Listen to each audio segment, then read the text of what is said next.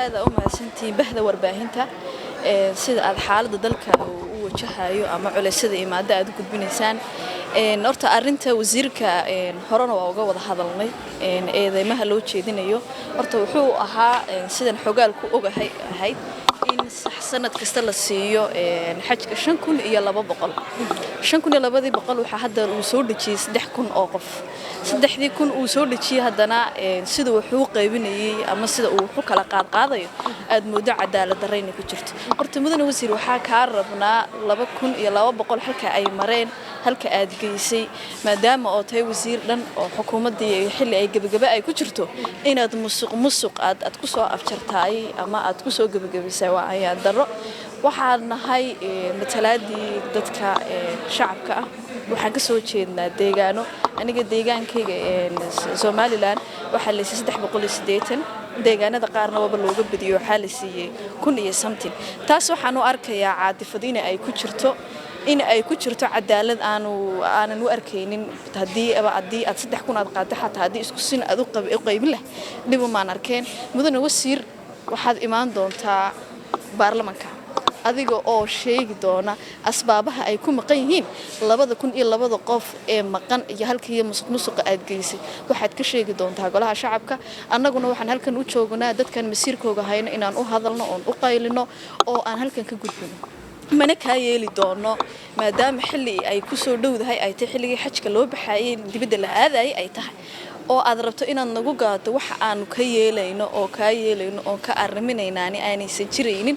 waad keeni doontaa waana cadeyn doontaa sida ay ahaydna way u dhici doontaa hadii taas ay dhici weydina talaabo dawlad baan leenahay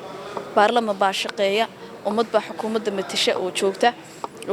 ra'iisul wasaare Rooble xukuumadii xilgaarsiinta ahayd uu taagay yahay mudane ra'iisul wasaare adigana waxaan baaq ugu dirayaa in kullay wasiirku wuxuu ka mid yahay xukuumaddaada in xukuumaddaada aad ka warhayso halka la geynayo waxyaabaha ay ku maqan yihiin dadka masiirkooda ku maqan yihiin inaad adiguna dabagal aad ka dabageyso waxaan leenahay mudane wasiir waxa laga sugi doonaa goobta lagu xaliyo ama lagaga arrimiyo xuduntuna oo ah golaha baarlamaanka shacabka waxa dhinaca kale waxa rabnaa Kenya xaalad ba ka taagneed oo dhawaan halkaas doorasho laga filayaa inay ka dhacdo iyadoona ay sameysay in laba calan halka shirku ka dhacay ka taagto midka Somaliland iyo Soomaaliya kadibna safiirka xagga fadhiyo Soomaaliya shirka kaga baxay soo la smadii kara marka maadaama Soomaaliya iyo Somaliland wada hadal u socdo arintii meeshaas ka dhacday cugdad bay dadkaas ku sii beerayso wada hadalka meesha laga roomaana meel ka dheer oo sii aadaya horta ma hadsan tahay markasta qaladka waxa la dadka systemka ku jira Soomaaliya hadda maadaama Somaliland iyo sad adiguba ka dhawaajisay iyo Somaliland ay wada hadal u socdaan ay goob in ay isugu imaadaan midba uu calankiisa inta uu la imaado oo midna uu baaqsamo waxaan leeyahay waxa mas'uuliyadaas iyo dhibkaas keenay waxa weeye dawladda Kenya Somaliland waa dal madax banaan oo gooni u istaagay arintoodana ilaa inta la keenayo iyo waxyaabaha ay tabanayaan miiska la keenayna in halkoogaas oo lagu hayo oo lagu ixtiraamo laakiin dambiga weyn ee cidda aan saarayna aan ahayn Somaliland iyo Soomaali ay tahay dadkii isku keenay maadaama ay og tahay in Soomaaliya aanay kala go'in ay sababa aanan garan karin in ay looga dhax sameeyo cugdad iyo kala fogaansho iyo walaalnimadii wax isku soo dhaweynayeen ay tahay waxaan dareemayaa inay tahay caqiido waxaan leenahay dawladda Kenya ma mudna in dad walaalo ah in cugdad laga beero kii imday kii cadoodayna ana midna eedayn uma jeedinay laakiin waxaan eedayn u jeedinayaa way tahay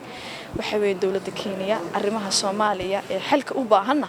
annaga halkan u joogno oo ku jaangoynayna hanagala farxan naga qaada